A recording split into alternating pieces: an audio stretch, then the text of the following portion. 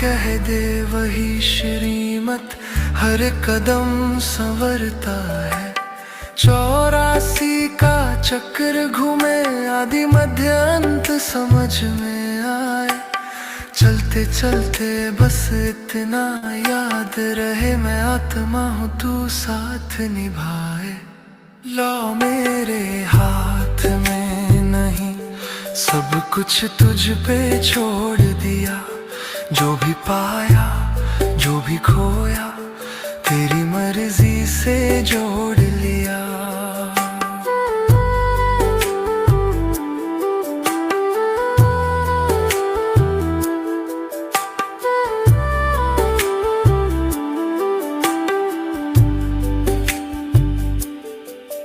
मैं ना टीचर ना स्टूडेंट हूँ, मैं तो बस एक आत्मा हूँ।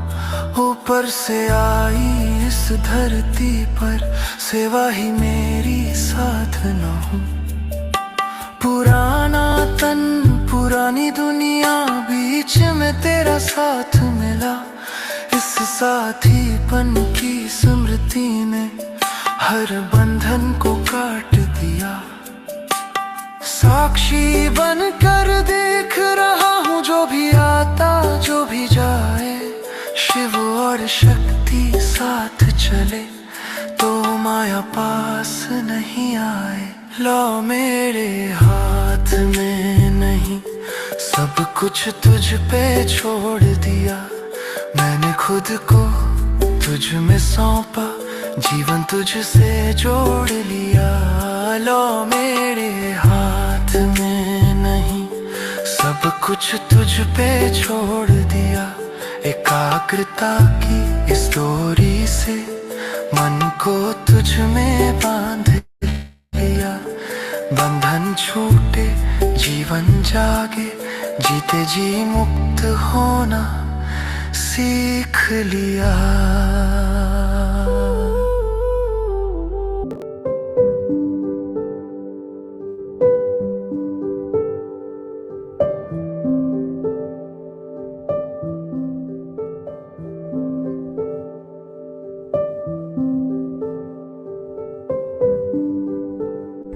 बर्थडे मनाने आए हो ना?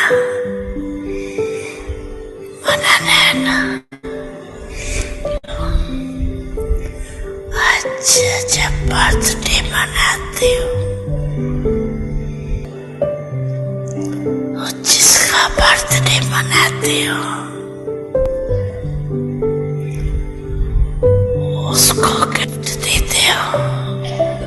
गिफ्ट तो देते हैं ना? क्या देनी है? देने के लिए तैयार हो? गिफ्ट में दो और गिफ्ट लो। कौन समझता है कि हम ये गिफ्ट देकर और बाप से गिफ्ट लेंगे?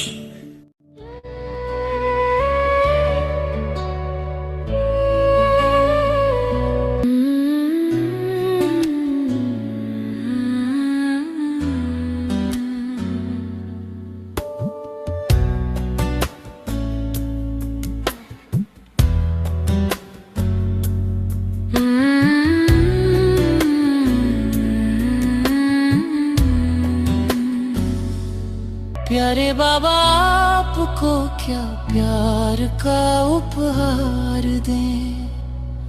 हृदय में आप पर हम अपने को बलिहार दें।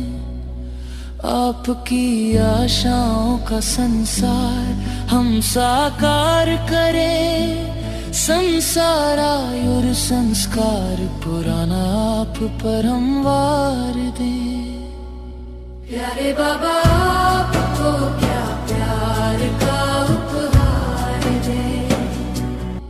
प्यारे बाबा आपको क्या प्यार का उपहार दें। अटेंशन दे अपने आप पर। मैं आत्मा इस देह में उपस्थित हूँ। महसूस करें मुझ आत्मा के प्रकृति के बीच चमकता हुआ सितारा पूरे इस देह में प्रकाश फैला रही है।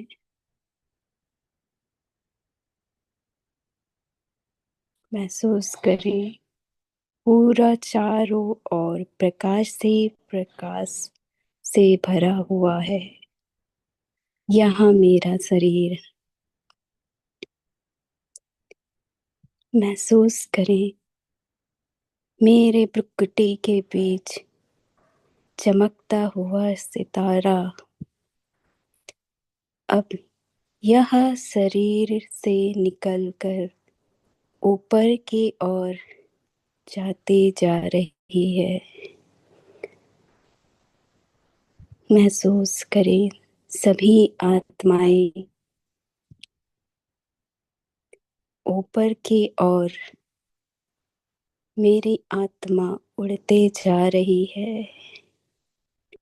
इस आसमान से भी परे परम धाम की ओर लाल रंग के आसमान में महसूस करें मेरी आत्मा पहुंच चुकी है। वहाँ महसूस करें शिव बाबा बिंदी स्वरूप मुझ आत्मा का इंतजार कर रहे हैं। मैं उड़ती उड़ती बाबा के पास जाती जा रही हूँ। महसूस करें चमकता हुआ सितारा परम धाम की ओर पहुंच चुकी है। वहाँ बाबा से किरणें ले रही है। शिव बाबा ज्योति स्वरूप मुझ आत्मा में सुख शांति और प्रेम से भरपूर शक्ति भरते जा रहे हैं। गोल्डन कलर की किरणें मुझ आत्मा में समाती जा रही है। समाती जा रही है। महसूस करें शिव बाबा की किरणें मुझ बिंदी स्वरूप में समाती जा रही हैं।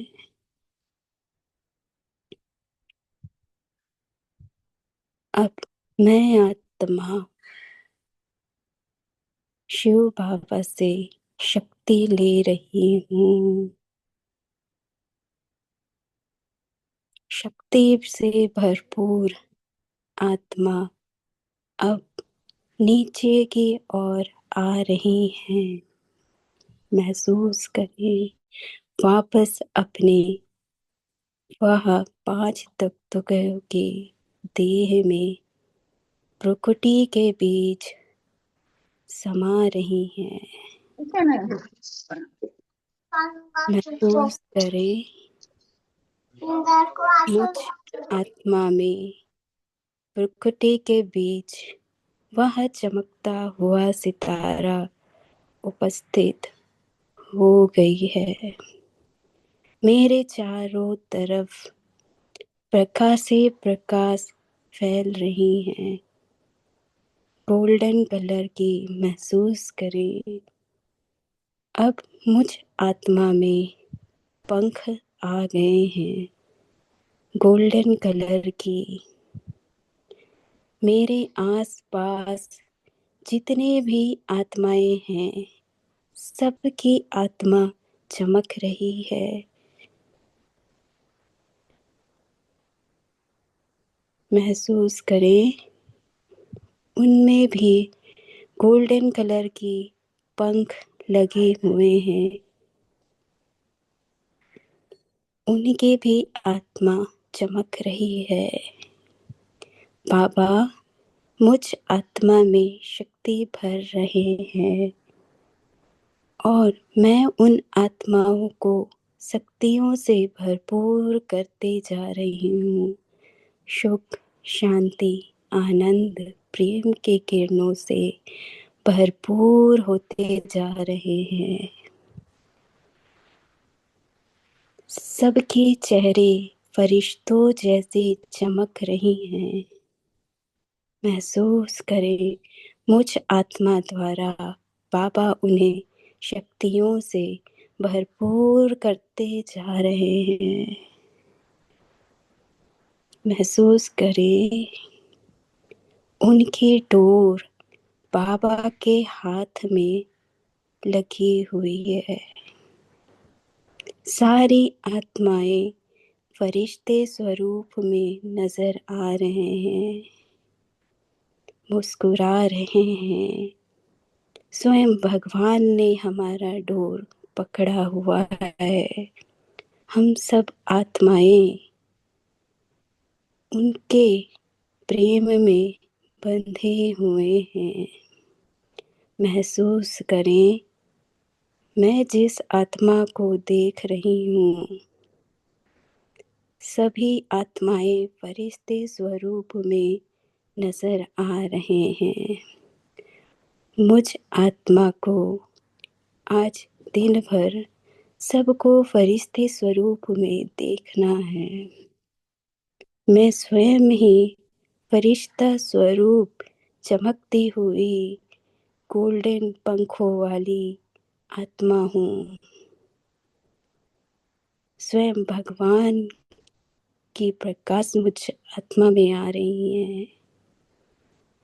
मुझ जैसा भाग्यवान कोई नहीं है। आज दिन भर यहाँ महसूस करें। ओम शांति।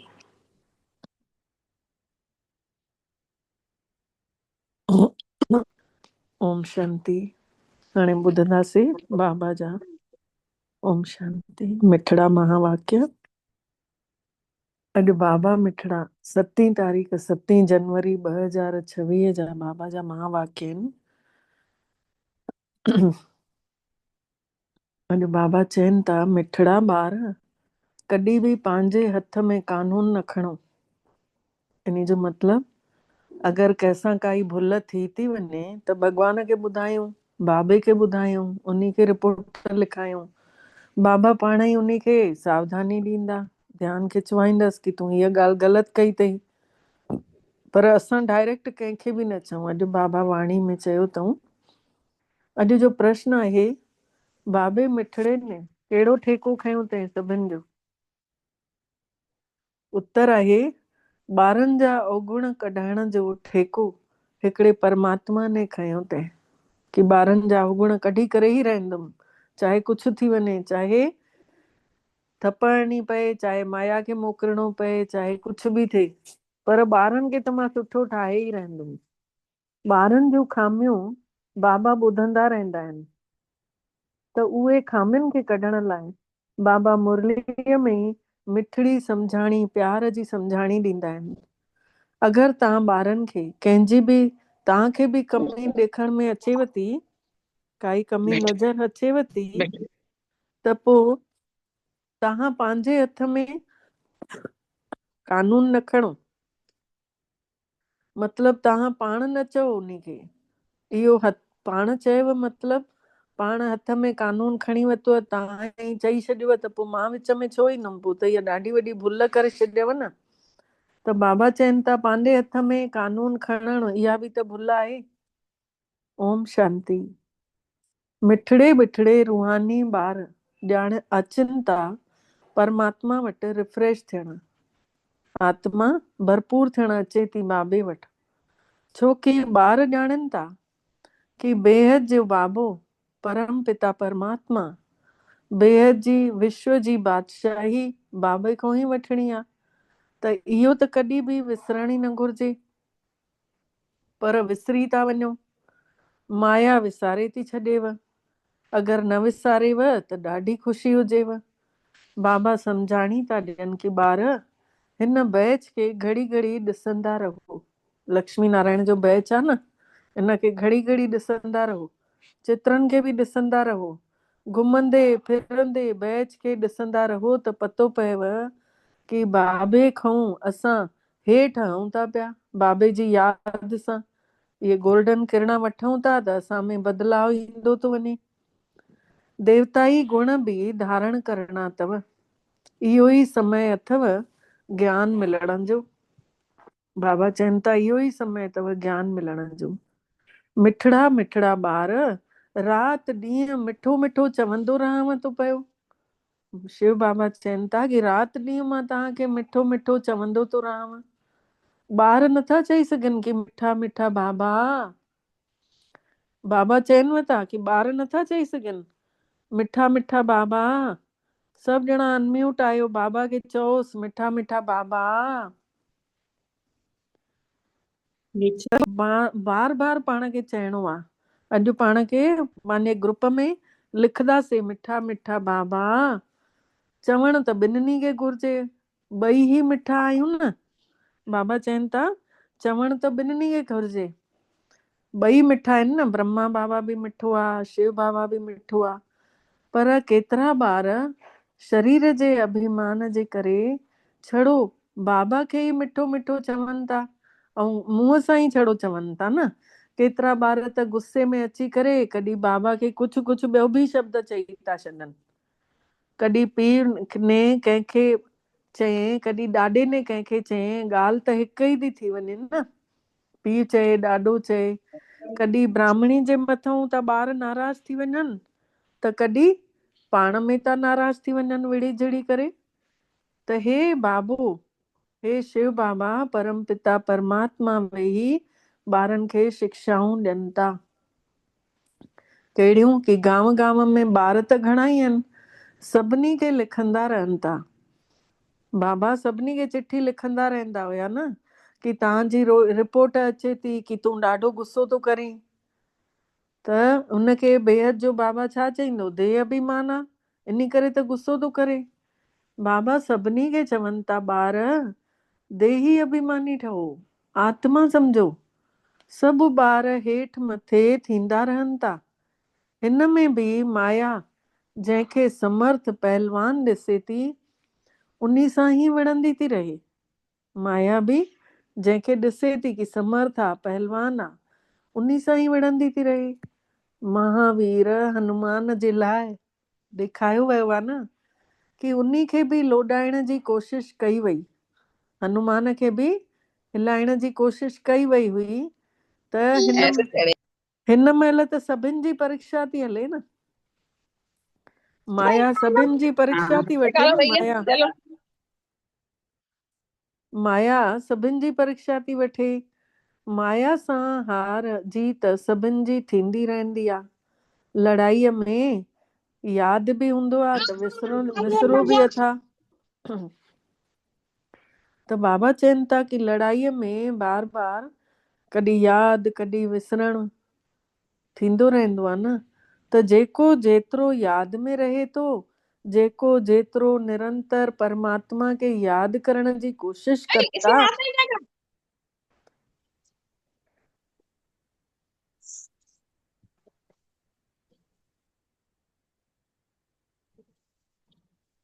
जेको जेतिरो परमात्मा खे यादि करण जी कोशिश कनि था उहे सुठो पद पाए सघनि था। जेके जेतिरो भॻवान खे यादि करण जी कोशिश कनि था उहे सुठो पद पाए सघनि था। त परमात्मा आया आहिनि ॿारनि खे पढ़ाइण। परमात्मा आयो आहे ॿारनि खे पढ़ाइण। सो त पढ़ाईंदे ई रहनि था। शिव बाबा त पढ़ाईंदे ई रहनि था। त उन्ही जी आज्ञा ते हलंदे रहणो आहे। भॻवान जी आज्ञा ते हलंदा रहूं।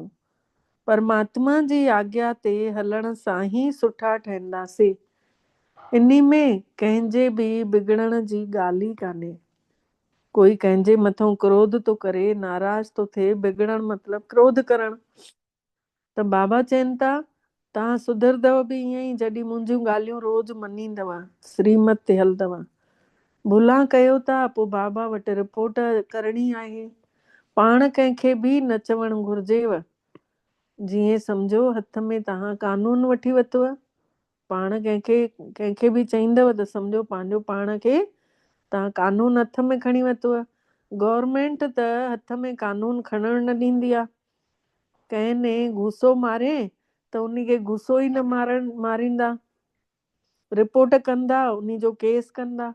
कंहिंखे जवाब न ॾींदासीं, उन जो केस कंदासीं त दर्ज बि थींदो। भले ई असां हणी वठंदासीं त पोइ त असांजो केस कमज़ोर थी वेंदो। ईअं ई बाबा चवनि था, कोई कुझु क्रोध करेव थो, तव्हां मोट में कुझु न ॾियो, पोइ तव्हां मूंखे ॿुधायो। त बाबा पाण ई वेठो आहे न। हिते बि ॿार कॾहिं साम्हूं कुझु चवणु न घुर्जेव। जेको चइणो अथव बाबा खे चओ। सभिनी खे ध्यानु ॾियण वारो हिकिड़ो ई परम पिता परमात्मा आहे न।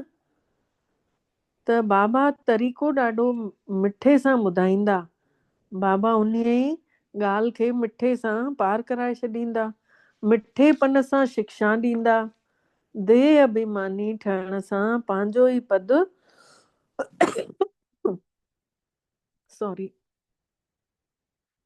देह अभिमानी ठहण सां पंहिंजो ई पद घटि था करे छॾियो। घाटो छो विझणु घुर्जेव। बाबा चवनि था, जेतिरो थी सघेव बाबा खे ॾाढो प्यार सां यादि कंदा रहो।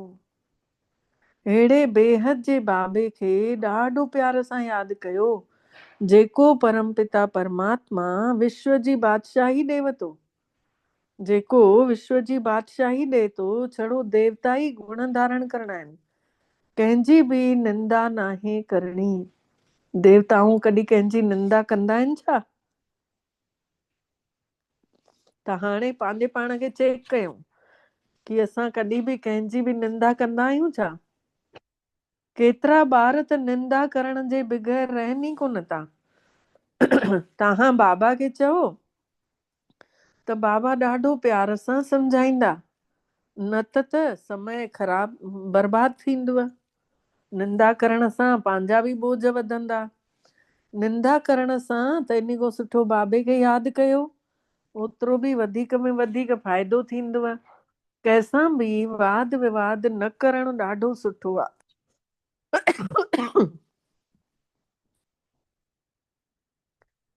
तव्हां ॿार दिलि में सम्झो था पिया कि असां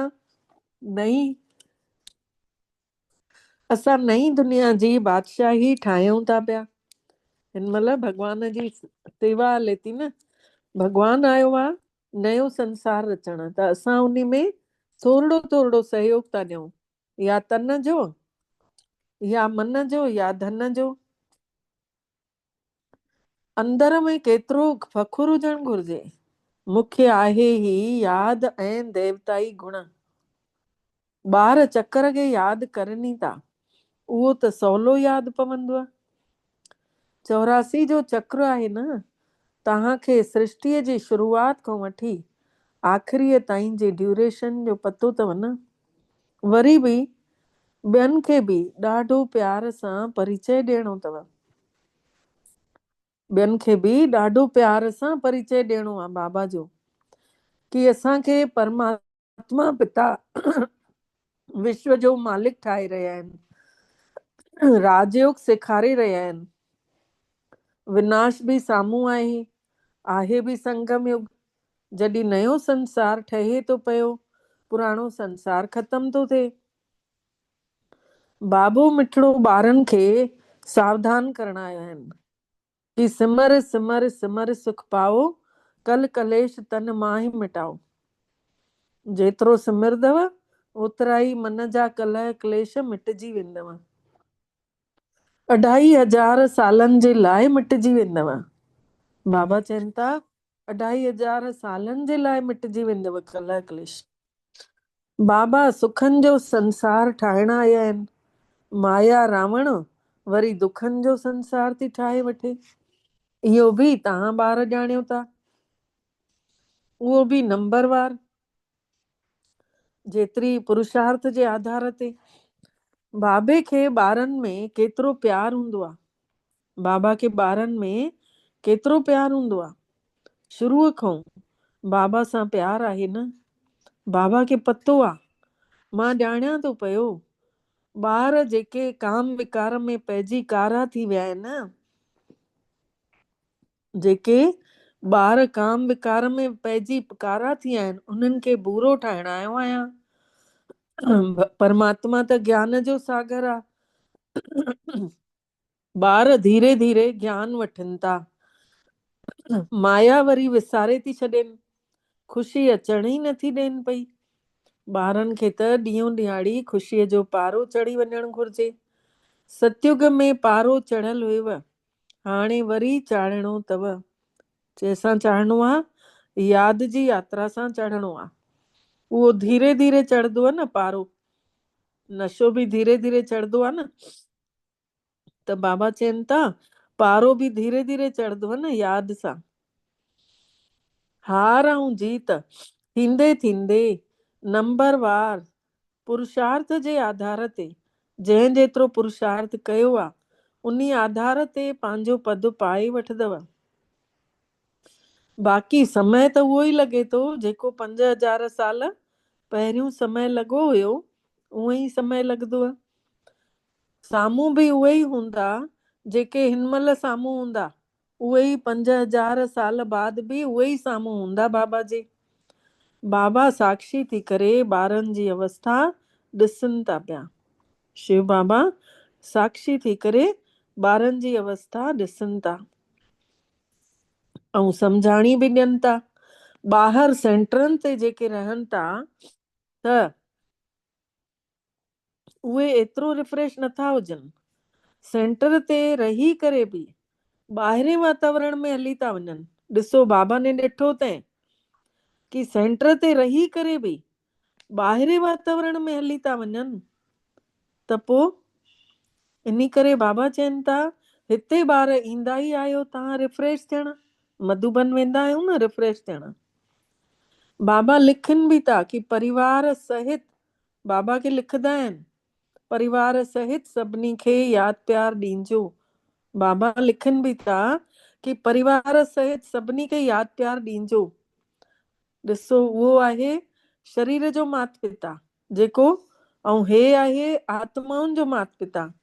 हिन पीउ ऐं ॾाॾे ॿिन्हिनि खे ॾाढो प्यार आहे पंहिंजे ॿारनि सां, छोकी हर 5000 साल में उन प्यारे उन बाबा ने चए हर 5000 सालनि में प्यारी सेवा कई अथऊं न ॿारनि, ॾाढी प्यार सां कई अथऊं।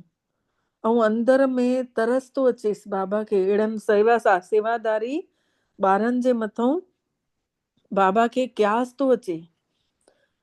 नथा पढ़नि या हलण चलण सुठो जंहिंजो कोन्हे, जेके भॻवान जी आज्ञा ते नथा हलनि, त उन्हनि जे मथां बाबा खे तरस पए थो कि वेचारा पंहिंजो ई भाग्य पाण विञाइनि था, वीचारनि जो पद घटि थी वेंदो।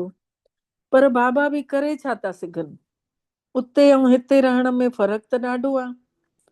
पर सभु त हिते नथा रही सघनि, सभु त हिते नथा रही सघनि। ॿार वधनि था, प्रबंध बि कंदा रहनि था।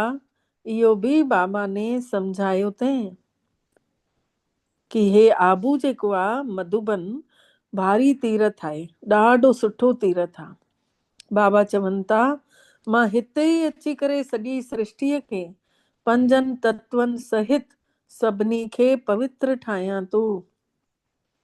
हिते ई अची करे सॼी सृष्टिअ खे 5 तत्वनि सहित सभिनी खे पवित्र ठाहियां थो। केतिरी सेवा आहे। ऐं हिकिड़ो ई बाबा आहे जेको अची करे सभिनि जी सदगति करे थो। उहो बि केतिरा भार करनि था, इहो ॼाणनि था। ॼाणींदे उहे बि ॿार विसरी था वञनि। बाबा चवनि था कि ॿार इहो ॼाणनि था कि भॻवान अची करे असां सभिनि जी सदगति कई अथईं, ऐं उहो हाणे बि अनेक बार कई अथईं, हाणे बि करनि था, तॾहिं बि ॿार विसरी था वञनि। ऐं ॿार छा था चवनि, तॾहिं पोइ बाबा चवनि था माया ॾाढी ज़बरदस्त आहे। 2500 साल इन जो राजाई हली माया जी, माया हाराए वठी, बाबो खड़ो थो करे छॾेव। पोइ ॿार लिखनि था, घणाई ॿार लिखंदा अथसि बाबा असां त किरी पियासीं। बाबा चवनि था अच्छा हाणे न किरजो, वरी बि किरी पवनि था, किरनि था, वरी पोइ चढ़ण बि छॾे था ॾियनि। केतिरा त धक था लॻी वञनि, चोट थी लॻी वञनि, सभिनी खे लॻंदी आहे, पर सॼो आधार आहे पढ़ाईअ ते। पढ़ाईअ में ई योग बि त आहे। फलाणो मूंखे हे पढ़ाए रहियो आहे, यादि ईंदो आहे न कि बाबा अॼु छा छा चयो अथई। हाणे तव्हां सम्झो था कि बाबा असांखे पढ़ाए रहिया आहिनि। जीअं अॼु सुबुह कंहिं कुझु शिकायत कई त उन्हनि खे ॿुधायां पई, घर परिवार जो भाती, उन्ही खे ॿुधायां पई, भाई शिकायत न कर, अॼु जी मुरली हलाए छॾ, 3 भेरा 2 भेरा ॿुधंदे त पाण ई कपाट खुली वेंदे। त उनखे हलाए स्पीकर ते ऐं हलाए हली आयमि। थोड़ी देर बाद माहौल बढ़िया शांत, कोई कुझु कंहिंखे न चए थो। पंहिंजी उनखे चवांसि पई नंढी वारी खे, नुंहं खे, कि भई न ॾिस अॼु बाबा हीअं चयो अथई पढ़ाईअ में, असांखे हीअं चयो अथई कि तव्हांखे कुझु बि ॻाल्हि थिएव मूंखे ॿुधायो, मां ज़िम्मेदार आहियां न। त बाबा चवनि था कि पढ़ाई में ही योग अथव, फलाणो मूंखे पढ़ाए थो। हाणे तव्हां सम्झो था बाबा असांखे पढ़ाए रहिया आहिनि। हिते तव्हां ॾाढा रिफ्रेश थियो था। मधुबन वेंदा आहियूं त रिफ्रेश था थी वञूं। ॻायो बि वियो आहे न कि निंदा असांजी उहो करे कंदो जेको असांजो दोस्त हूंदो, जेको असांजो सॻो संबंधी हूंदो, भले उहो निंदा करे तो सम्झो असांजे लाइ भलो आहे, असांजा कर्म बि कटजनि था, असांखे सच्चाई त पतो थी पए न कि मां हिन जॻह ते काथे कमज़ोर आहियां। तॾहिं इहा ॻाल्हि चई वई आहे। भगवानू वाच बाबा चवनि था मुंहिंजी न ॾाढी निंदा कनि था, मां अची करे तव्हांजो ई अची दोस्त ठहां थो। केतिरी निंदा कयो था, मां त सम्झां थो न, सम्झायांव थो न कि सभु मुंहिंजा ॿार आहिनि। केतिरी मूंसां प्रीत अथव हिन सां गॾु। बाबा चवनि था केतिरी मुंहिंजी प्रीत आहे हिननि सां, निंदा करणु सुठो कोन्हे। हिन महिल त ॾाढी ख़बरदारी रखणु घुर्जेव। अलॻि अलॻि अवस्थाउनि वारा ॿार आहिनि, सभु महिनत करनि था, सभु अलॻि अलॻि अवस्था वारा आहिनि ऐं सभु महिनत करनि था। काई भुल बि थिएव थी त पुरुषार्थ करे अभुल ठहिणो अथव। माया सभिनी सां भुलां कराए थी छॾे। बॉक्सिंग आहे न, इहा बि माया जी बॉक्सिंग आहे न। कंहिं महिल अहिड़ी चोट लॻेव थी जो केरे थी छॾेव। बाबा सावधानी ॾियनि था कि ॿार ईअं हारण सां कयल कमाई चट थी वेंदव। बाबा ध्यानु खिचवाइनि था कि हारदव त कयल कमाई चट थी वेंदव, 5 मंजिल खां किरी पवंदव। कंहिं हिक विकार में बि कोई वियो त बाबा चवंदा आहिनि हॾ गुड ई टुटी पवंदव। चवण लाइ बाबा खे चवंदा आहिनि कि बाबा अहिड़ी भुल असां सां कॾहिं न थींदी, हाणे असांखे माफ़ कर। त बाबा माफ़ी छा कंदो, बाबा त चवनि था पुरुषार्थ कयो। बाबा चवनि था पुरुषार्थ कयो। बाबा ॼाणनि था कि माया ॾाढी तिखी आहे, ॾाढनि खे हाराईंदी, पर टीचर जो कमु आहे भुल जंहिं कई उन्ही खे शिक्षा ॾियूं, उन्ही खे अॻिते जे लाइ सावधान कयूं। ईअं न कि कंहिंसां भुल थी त पोइ हमेशह जे लाइ उन्ही जी उहा ई भुल खणी करे ऐं थींदी रहे, ईअं कॾहिं न करिणो आहे, कॾहिं न सोचणो आहे। कंहिंसां हिकु भेरो भुल थी त ईअं थोरी उहो हमेशह लाइ उहा ई ग़लती कंदो। न, उन्ही जा सुठा गुण बि त ॻाया वेंदा आहिनि। कंहिंमें अच्छाइयूं घटि हूंदियूं आहिनि, कंहिंमें वधीक हूंदियूं आहिनि, कंहिंमें वरी बुराइयूं घटि, कंहिंमें वधीक। त ईअं थोरी उन्ही जूं कमियूं खणी करे असां उन्ही खे ई हमेशह चवंदासीं त आहे ई अहिड़ो। भुलां कॾहिं न ॻायूं वेंदियूं आहिनि, गुण ॻाया वेंदा आहिनि। अविनाशी वैद त हिकिड़ो ई परम पिता परमात्मा आहे न, उहो ई त दवा कंदो। तव्हां ॿार छो था पंहिंजे हथ में कानून खणो। जंहिंमें क्रोध हूंदो उहो त निंदा कंदो ई रहंदो। सुधारण त परमात्मा जो कमु आहे न, तव्हां सुधारण वारा थोरी आहियो। बाबा चवनि था कि तव्हां सुधारण वारा थोरी आहियो। कंहिंमें अगरि क्रोध जो भूत आहे, खुदि वेही करे कंहिंजी अगरि निंदा कनि था त सम्झो तव्हां पंहिंजो पाण खे अञा पाण फासायो था। कानून हथ में खयव पोइ उन्ही सां सुधरंदो छा, सुधरंदो त न नी। भॻवान खे ॿुधाइण सां थारूं उहा बि असांजी कमाई जमा थींदी, ओतिरी देरि बि असां परमात्मा खे यादि कंदासीं। अञा ई न त उन्ही जी भुल खे चईंदे रहंदासीं त अञा ई अनबन थींदी रहंदी, पोइ त लूणु पाणी खारा थी वेंदासीं। उहो बि कुझु खौरा ॿ लफ़्ज़ चईंदो, असां बि चईंदासीं। त सभिनी ॿारनि लाइ हिकिड़ो ई परमात्मा वेठो आहे न, छो कयां परवाह बाबल वेठो आहे। त कानून पंहिंजे हथ में खणणु, कंहिंजी निंदा करणु, इहा ॾाढी वॾी भुल आहे। काई न काई ख़राबी त सभ में हूंदी आहे न, सभु संपूर्ण त थिया कोन्हनि। कंहिंमें छा अवगुण आहे, कंहिंमें कहिड़ो अवगुण आहे, इहे सभु कढण जो ठेको परमात्मा ने ई खयो अथई। तव्हां ॿारनि जो कोई कमु कान्हे। ॿारनि जूं खामियूं बाबा ॿुधनि था, ऐं उहे कढण लाइ पाण ई प्यार सां सम्झाणी बि ॾींदा आहिनि। हिन महिल ताईं कोई संपूर्ण त ठहियो कोन्हे।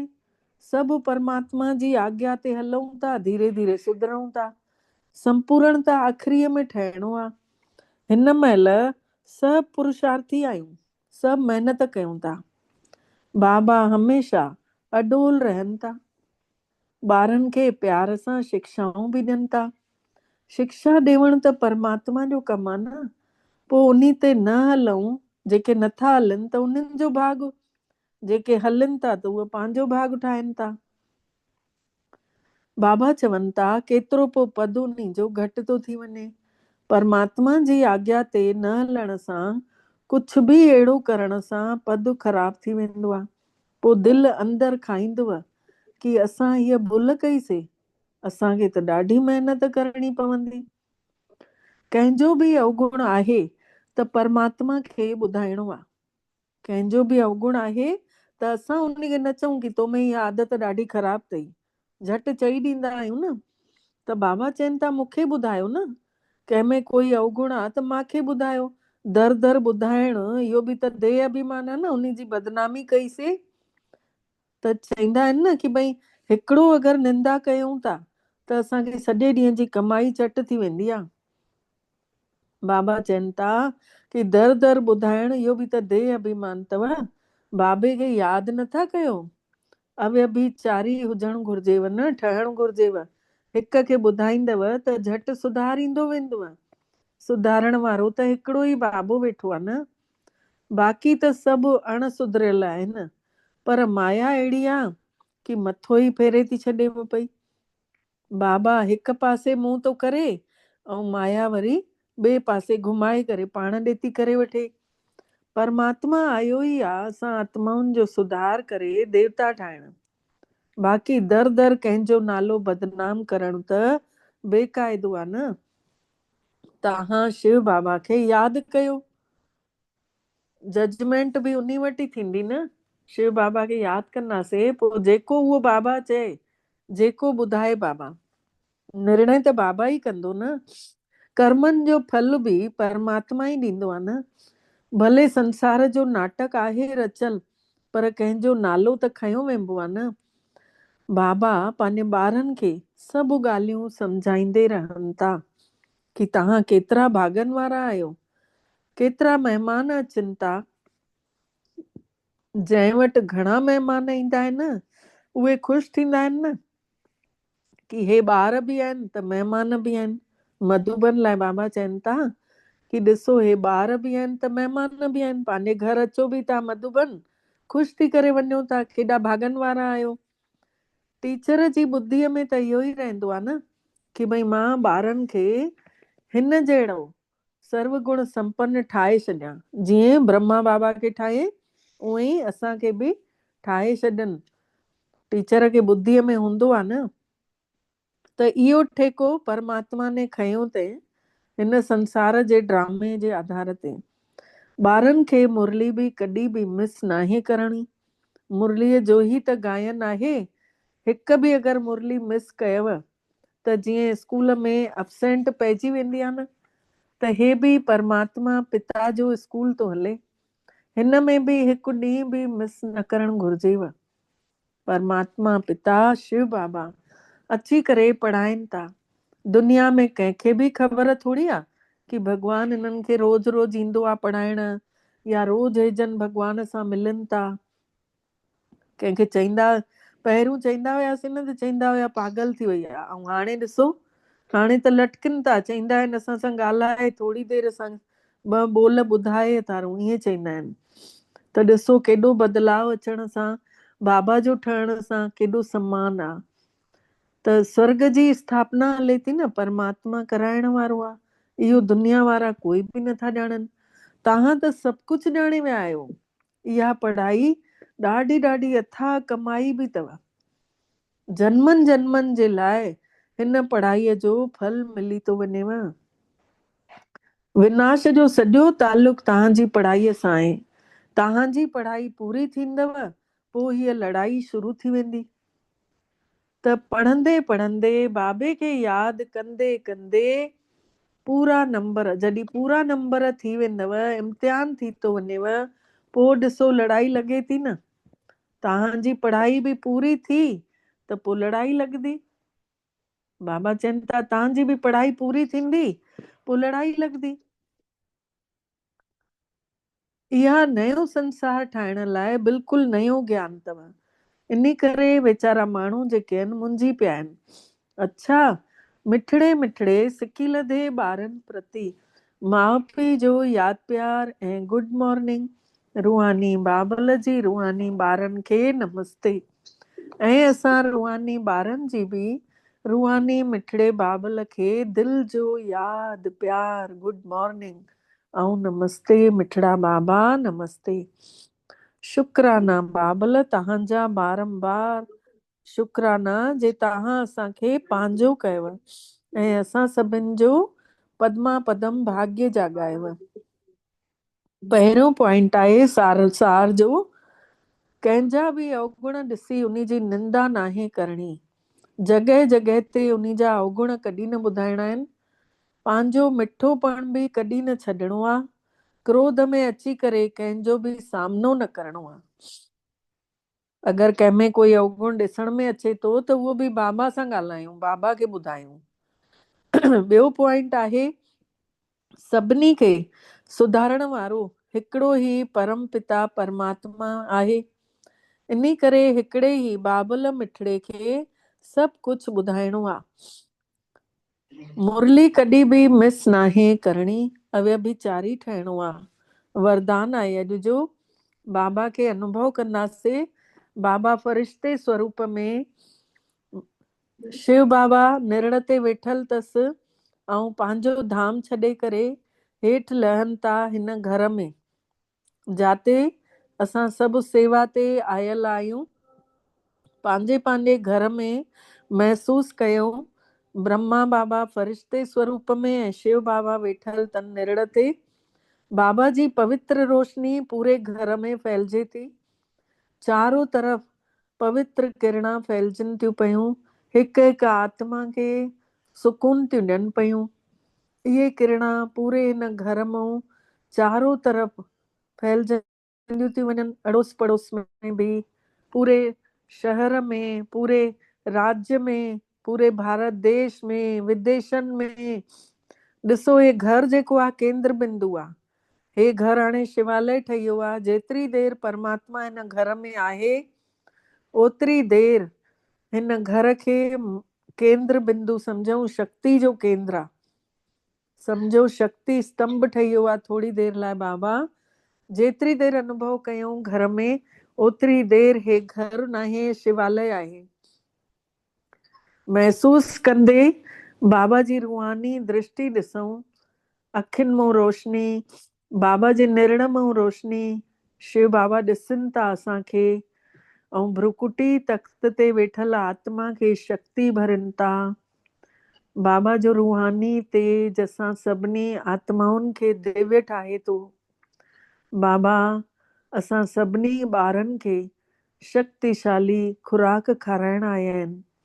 महसूस कंदे बाबा जो वरदान पंहिंजे अंदरि महसूस कंदासीं प्रैक्टिकल में, ऐं इन्ही वरदान खे आत्मसात कंदासीं। सदा साथी पन जी यादि ऐं साक्षी जी स्टेज जो अनुभव करण वारा साथी बि आहे ऐं असां साक्षी बि आहियूं। बाबा असां सां गॾु बि आहे ऐं असां साक्षी थी करे ॾिसूं था हर सीन खे।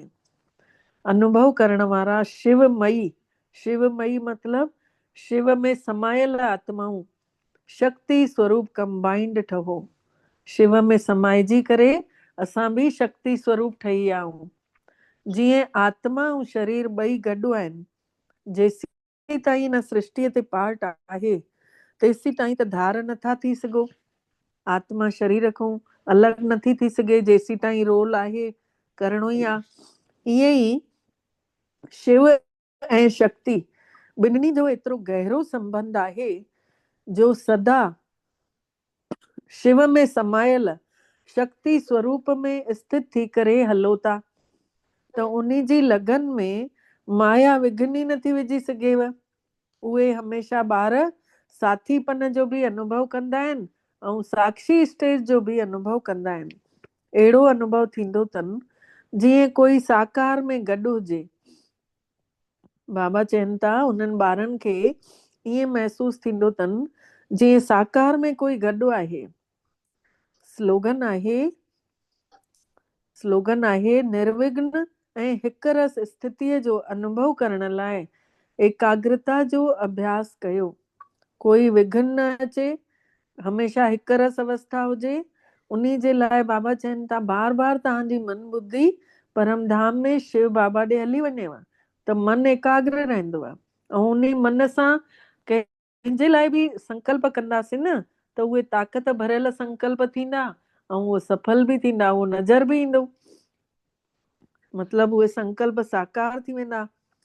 अव्यक्त इशारे जो पॉइंट आहे हिन अव्यक्त मायने में बंधन मुक्त थी करे जीवन मुक्त स्थितिअ जो अनुभव कयो।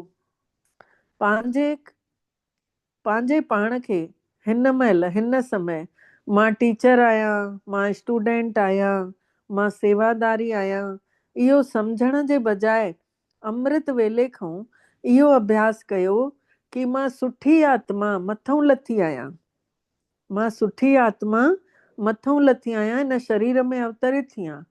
हिन पुराणे संसार में पुराणे शरीर में सेवा जे लाइ आई आहियां। मां आत्मा आहियां, इहो पाठ हाणे पक्को कयो। मां सेवादारी आहियां, इहो पाठ पक्को आहे, लेकिन मां आत्मा सेवादारी आहियां, इहो पाठ पक्को करे वठो त जीवन मुक्त थी वेंदव। मां आत्मा सेवादारी आहियां, इहो पाठ पक्को करे वठो त बाबा चवनि था जीवन मुक्त थी वेंदव। अच्छा, ओम शांति। महसूस कयो, मन बुद्धि खे स्थिर करे वठूं, शरीर जी हलचल पूरी तरह सां मन खे एकाग्र कयूं।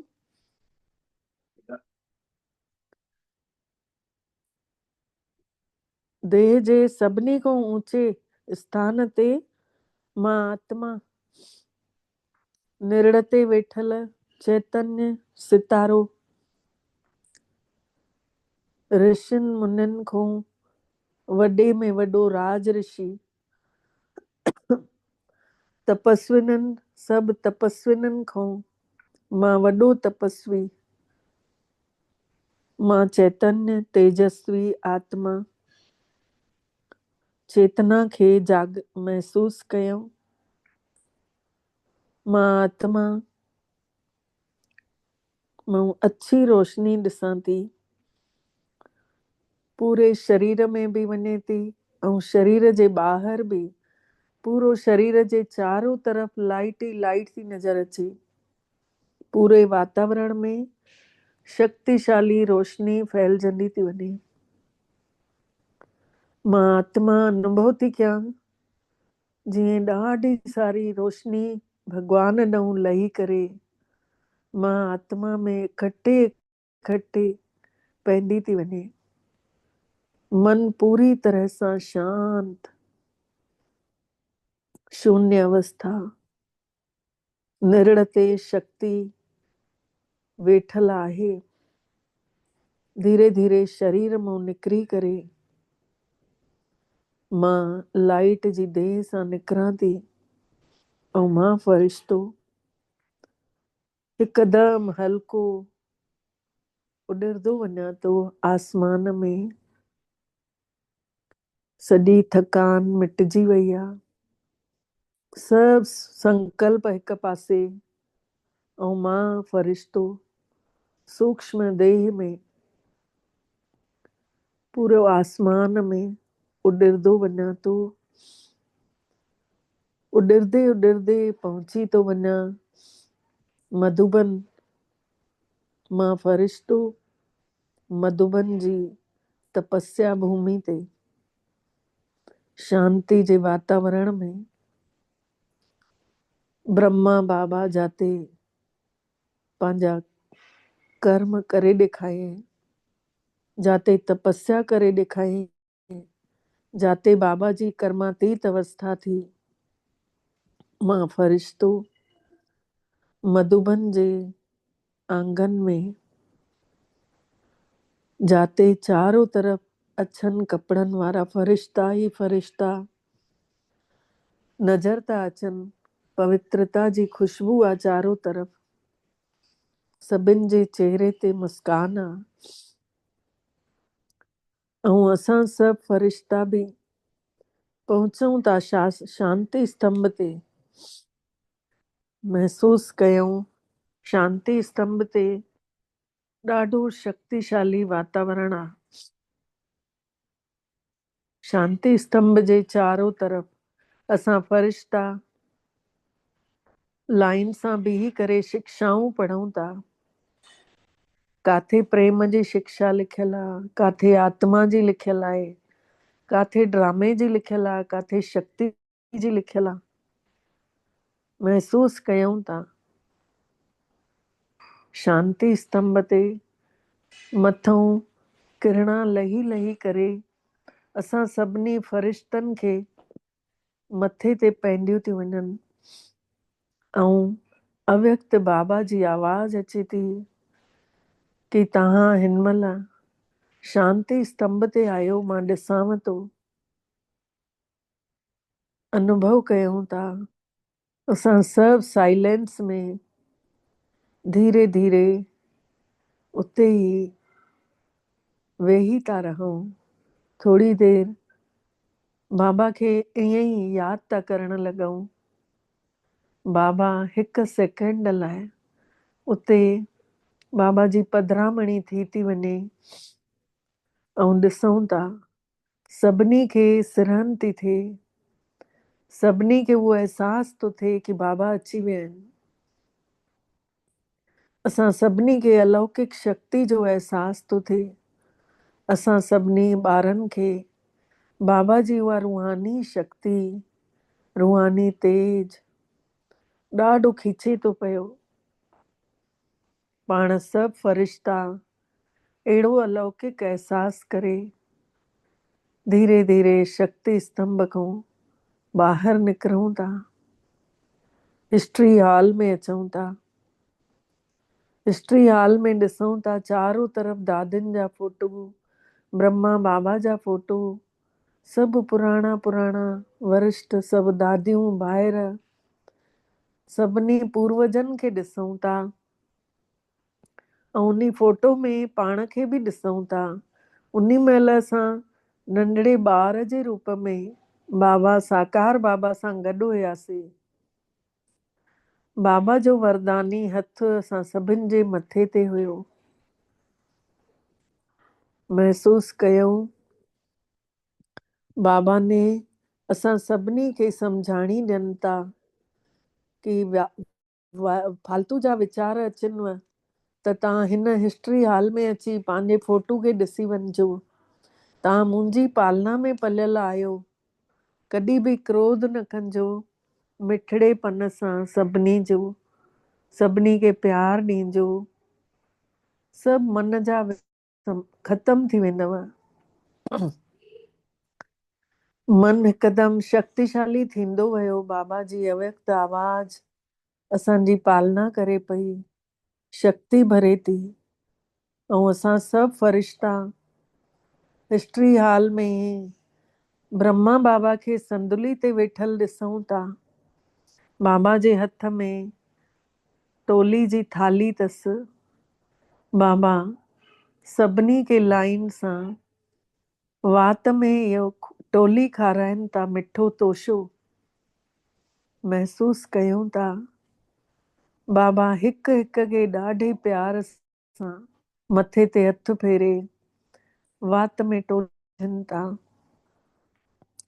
बाबा अव्यक्त रूप सां बि ईअं पालना ॾियनि था ॼण व्यक्त में आहिनि। धीरे धीरे असां सभु फरिश्ता हिस्ट्री हाल मां टोली खाई शक्ति भरे बाबा सां मिली करे अचूं था बाबा जे कमरे में। यज्ञ जी शुरूआत जो समय इहा ई टुकड़ी जंहिंमें कमरो ठहियल आहे। इन ई धरतीअ ते भॻवान जो अवतरण थियो हुयो, जाते कमरो ठहियल आहे। महसूस कयूं इते बाबा जे कमरे में, बाबा जे ट्रांसलाइट जे अॻितों असां सभु वेहूं था ऐं मन में ईअं महसूस थिए थो बाबा सां संकल्प कयूं था।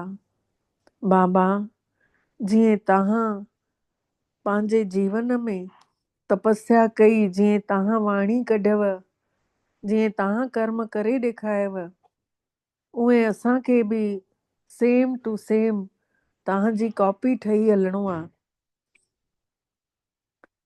ऐं महसूस कयूं था बाबा सां जीअं जीअं असां ॻाल्हाईंदे वियासीं, असांजी बि दृष्टि वृत्ति कृति संस्कार सभु बाबा ने धीरे धीरे करे अंदर ही अंदर पंहिंजी दिव्य रोशनी सां अंदर प्रेरणाऊं ॾेई छॾियऊं। ऐं असां सभु कर्मयोगी फरिश्ता उॾरी करे हलूं था कुटिया में, जाते हिकदमि शांती शांती आहे। चारों तरफ़ ॾिसूं था सभु ॿार शांतीअ में, कोई चिठियूं लिखनि था, कोई झूले में झूलनि था, कोई बाबा सां रू रिहान करनि था। मां बि वेही साम्हूं बाबा सां ॻाल्हायां थी, मिठड़ियूं मिठड़ियूं ॻाल्हियूं बाबा खे ॿुधायां थी। बाबा मुंहिंजो पुरुषार्थ हीअं थो हलेव। बाबा दिलि सां हर ॻाल्हि मुंहिंजी ॿुधनि था।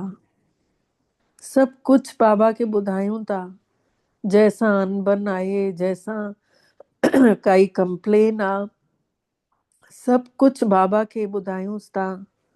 बाबा मुंहिंजूं बि हे आदत आहिनि जेके नथियूं मटिजनि।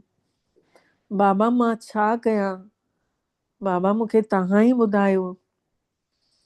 ऐं असां सभु फरिश्ता उते ई वेठे वेठे बाबा सां ॻाल्हाईंदे तपस्या भूमि ते सभु उथूं था। बाबा जी कुटिया मां पवित्रता जी खुशबू खणी करे ॿाहिरि निकिरूं था। असांजे अंदरि रोम रोम में ख़ुशी भरिजल, ऐं सभु हथ में हथ पकड़े आसमान में पहुचूं था। महसूस कयूं था मथे सूक्ष्म वतन में हली करे साम्हूं ब्रह्मा बाबा खे ॾिसूं था। हिते बि बाबा, हुते बि बाबा, ऐं हिते बि दृष्टि असांजे मथां, मथे बि वञूं था त दृष्टि असांजे मथां। पवित्रता जूं धाराऊं बाबा जे निरड़ तां निकिरी निकिरी असां सभिनी फरिश्तनि जे निरड़ ते पवंदियूं थी वञनि। अनंत शक्तियूं थी भरिजनि। बाबा ने पंहिंजो वरदानी हथ असां सभिनि जे मथे ते रखनि था। जीअं ई रखियऊं तीअं ई रोशनी ॾाढी तेज निकिरी ॼण सुरक्षा कवच असांखे पाराइजी वियो। निरंतर परमात्मा जी छांव, उन जी छत्र छाया मां फ़रिश्तो महसूस थी कयां। मुंहिंजे मथां भॻवान जी नज़र पई आहे। बाबा असां सभिनी आत्माउनि खे तिलक लॻाइण लॻा। ॿार तव्हां निर्विघ्न रहंदव, तव्हांजी हमेशह जीत थींदी, तव्हां हमेशह सफलता मूर्त थींदव। जीअं जीअं बाबा वरदान ॾींदे विया तीअं तीअं मूंखे अंदर ई अंदर शक्तियूं वधंदियूं वयूं, ऊर्जा समाइजंदी वई। भगवान ने मुंहिंजो हथ पकड़ियो अथई। हाणे कोई मां ॿिए कंहिंजे हथ अचण वारी कोन आहियां। हाणे बाबा मुंहिंजो हथ पकड़े जाॾे वठी वेंदो मां ओॾे वेंदमि। हाणे कंहिंजो भउ, हाणे कंहिंजी चिंता। असां सभु निश्चिंत फ़रिश्ता, पूरा मौन, बिना कंहिं आवाज़ जे, बसि हिकु बाबा ऐं हिकु मां महसूस कयूं था। हिकु ई बसि बाबा ई आहे असांजे लाइ, ॿियो कोई कान्हे। बाबा ई सचो संसार आहे। बाबा ई असांजो भरोसो आहे। बाबा जा ई गुणगान कंदे रहंदासीं। बाबा जी ही महिमा ॻाईंदे रहंदासीं। इहा ई हिकु रस अवस्था आहे। हिक में ही सभु कुझु थो नज़र अचे। हिक सां ही सभु कुझु मिलणो आहे। हिक जे लाइ ही सभु कुझु करिणो आहे। बसि हिकु उहो ई आहे। मां आत्मा उन्हीअ ई हिक में समायल आहियां। बसि हिक खे पातो आहे, मां सभु कुझु पाए वरितो आहे। बाबा सां मुलाक़ात कंदे ॾाढो इहो सुहिणो अनुभव रहियो। मां फ़रिश्तो धीरे धीरे सूक्ष्म शरीर सां ही मोटां तो हेठि, बाबा खां छुटी वठी करे ऐं हेठि अची पंहिंजे पंहिंजे मिटीअ जी देह में अची मां फ़रिश्तो समाइजी थो वञा। पंजनि तत्वनि जी देह बि इहे पवित्र फ़रिश्ते सां पूरी देह बि चमकण लॻी। मां फ़रिश्तो समाइजी वियमि ऐं भ्रुकुटी तख़्त ते मां आत्मा हिकदमि मौन में छड़ो बाबा जी महसूसता में आहियां। महसूस कंदे बाबल मिठड़े खे शुकराना चऊं था। बाबा तव्हांजा दिलि सां बारंबार शुकराना जे तव्हां असांखे अॼु अहिड़ो अनुभव करायव ऐं असां सभिनि जो पदमा पदम भाग्य जाॻायव। ओम शांति, ओम शांति, ओम शांति। तव्हां सभिनी फ़रिश्तनि जा बि दिलि सां शुकराना। सभिनी खे ओम शांति।